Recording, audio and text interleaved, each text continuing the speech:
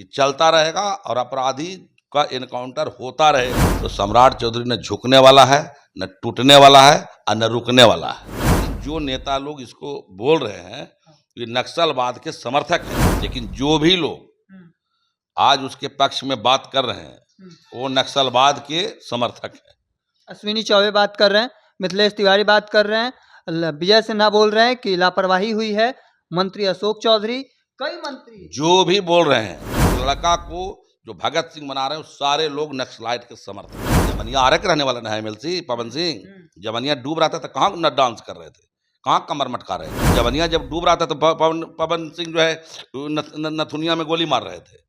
अब आखिरी जो न्याय दिलाने चले हैं पवन सिंह क्या बोलेगा कि काहे भूमि सेना बना था उसको क्यों अवैध कहते थे लोग, काहे ब्रह्मेश्वर मुखिया को जेल में डाल दिए थे लोग, काहे डाले थे, काहे ब्रह्मेश्वर मुखिया को जेल में डाले भाई। ये वही कुंदन कृष्णन है जिसने बिहार में सुशासन स्थापित किया। पवन सिंह पर भी वही दोष है जो आरके सिंह पर है।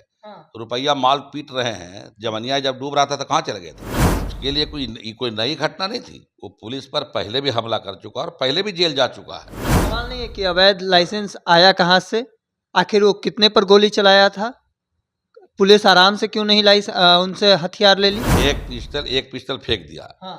उसके कमर में उसके पास एक ही पिस्टल था, इसकी गारंटी कौन ले रहा है।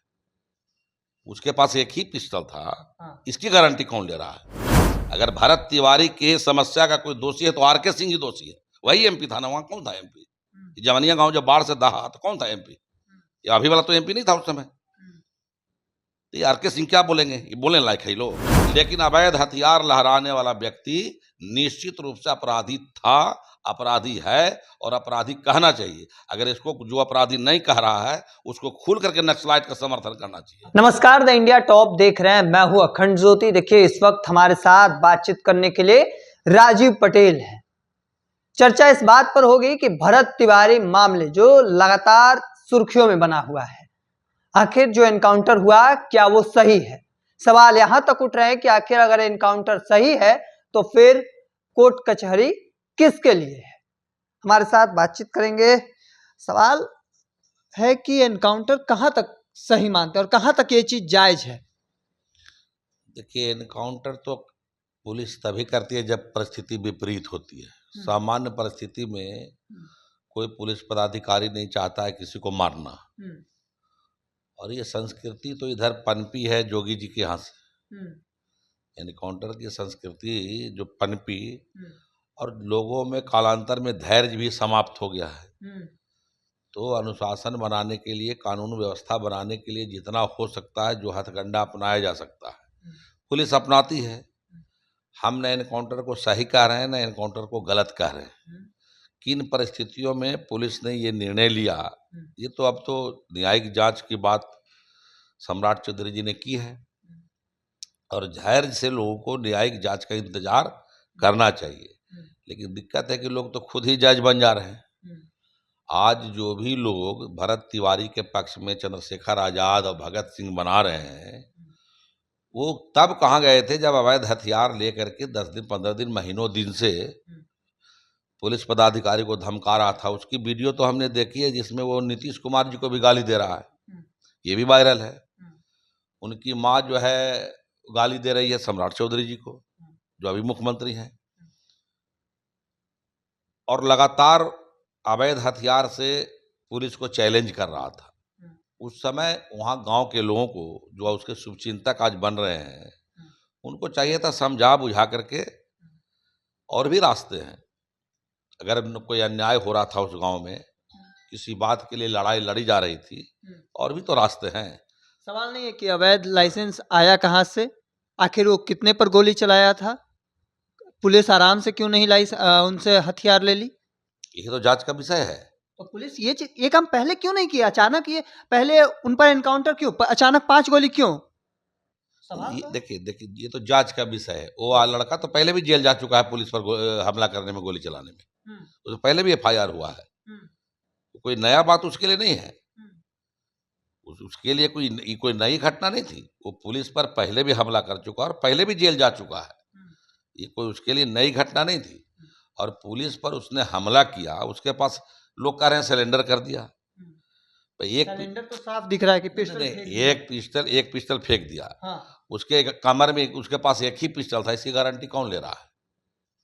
उसके पास एक ही पिस्टल था, हाँ। इसकी गारंटी कौन ले रहा है? वो आगे बढ़ के बता, वो वीडियो कहाँ गया? वो वीडियो कहाँ है?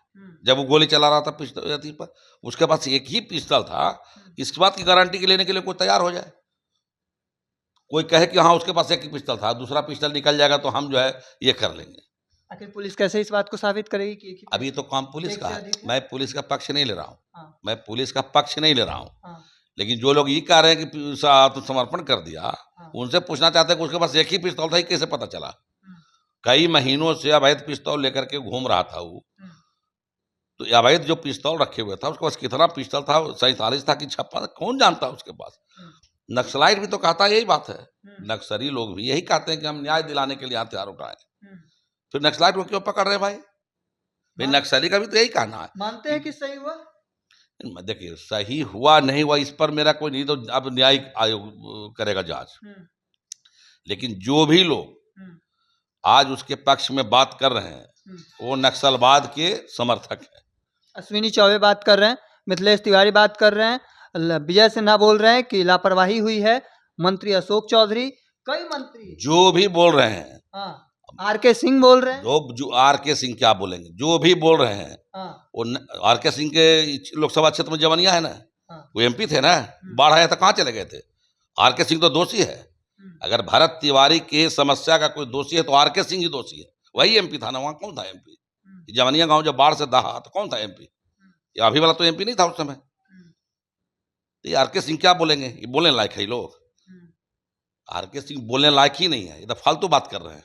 अपना कमी छुपाने के लिए भरत तिवारी का आड़ ले रहे हैं।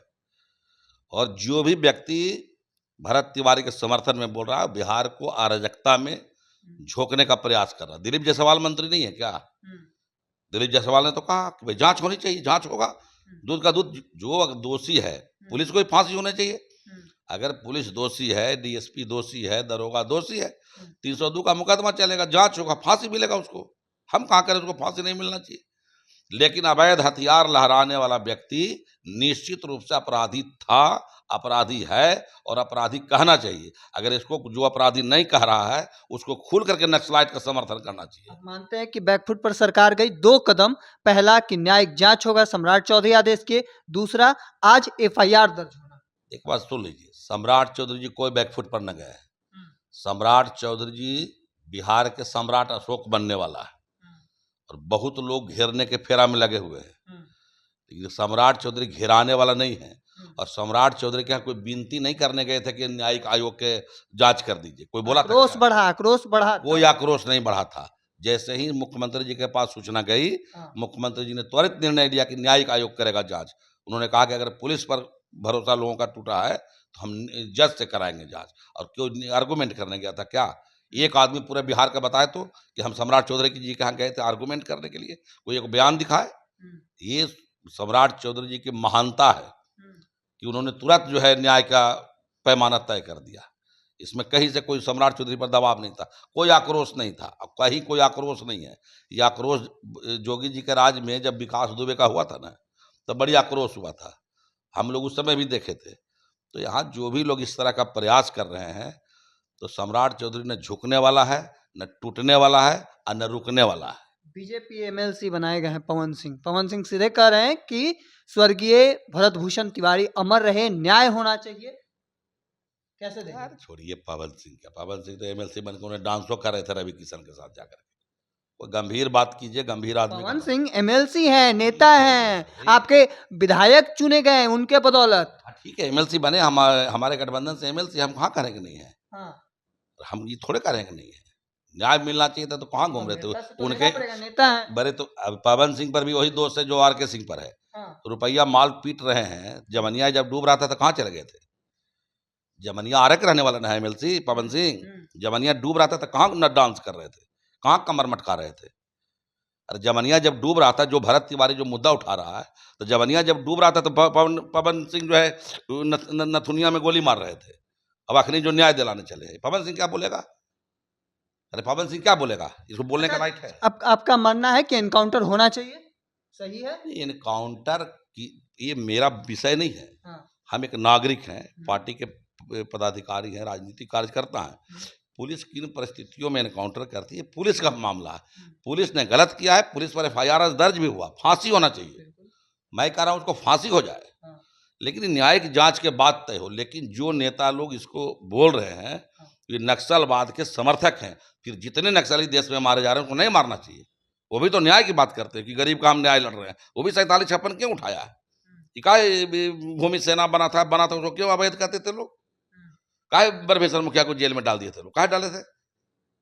काहे ब्रह्मेश्वर मुखिया को जेल में डाले भाई? जो लोग को जेल में डाल देते थे कि नक्सलाइट, काहे करते थे ऐसा? इसने गलत किया, पुलिस को फांसी होना चाहिए। लेकिन उस लड़का को जो भगत सिंह बना रहे हैं, सारे लोग नक्सलाइट के समर्थक। एक आखिरी सवाल लेना चाहेंगे कि गांव के लोग भरत तिवारी पर कह रहे हैं कि एक भरत तिवारी मरा है और कई भरत तिवारी पनपेंगे। यही तो मैं कह रहा हूँ। ये नक्सलाइट को बढ़ाने, नक्सलाइट पैदा करने की बात लोग कर रहे हैं, अराजकता में बिहार को झोंकने की बात कर रहे हैं। मैं तो यही तो कह रहा हूँ, जो भी भरत तिवारी के समर्थक लोग हैं, बिहार को अराजकता में झोंकने की बात कर रहे हैं, बिहार को नक्सलाइट बनाने की बात कर रहे हैं। जिन चीजों से नीतीश कुमार ने निकाल करके बिहार को बाहर लाया है, आज कुछ लोग इस चीज को की पुनरावृत्ति करके बिहार को जातीय आग में, नक्सलाइट में और अराजकता में झोंकने की बात कर रहे हैं। ये वही कुंदन कृष्णन है जिसने बिहार में सुशासन स्थापित किया। आज देखा हमने एक वीडियो कि उत्तर प्रदेश से एक लड़का आया है, कह रहा है कि हम मार देंगे सम्राट चौधरी को गोली। वो कह रहा है कि जो हम दरोगा जो आवेगा ओकरे गोली मार देंगे। तुम गोली मार दोगे बिहार में आकर के, तुम्हारा भी वही हाल हो जाएगा। ये सम्राट की सरकार है। उत्तर प्रदेश से आए हो, जमराज के यहाँ चले जाओगे। जो कूद रहे हो आकर के कि हम सम्राट चौधरी को मार देंगे, दरोगा को गोली मार देंगे, तो पता चला कि तुम उत्तर प्रदेश नहीं लौट करके जमराज के यहाँ चले गए। ऐसे ऐसे बिहार सम्राट की सरकार है कि घेरने वाले लोग, हम बता रहे हैं सब लोगों को, सतर्क हो जाइए कि सम्राट न झुकेगा, न रुकेगा, न टूटेगा। अब अपराधी को या तो जमराज के यहाँ जाना पड़ेगा या तो बिहार छोड़ के जाना पड़ेगा। मतलब अपराधी को बख्शेंगे नहीं। क्यों बख्शेंगे? सुशासन नीतीश कुमार ने स्थापित किया है, उसको आगे बढ़ा रहे हैं सम्राट चौधरी कि न नीतीश जी झुके थे न सम्राट झुकेगा, न नीतीश जी झुके न सम्राट झुकेगा। ये चलता रहेगा और अपराधी का एनकाउंटर होता रहेगा। चलिए, अपराधियों का एनकाउंटर होता रहेगा। जदयू के कद्दावर नेता हैं, लौह कुश सेना चलाते हैं और तमाम चीजें बात पे बाकी से रख रहे थे। क्या कुछ कह रहे थे वो अभी आपने सुना। तब तक तमाम अपडेट को देखते रहने के लिए इंडिया टॉप देखते रहें। धन्यवाद।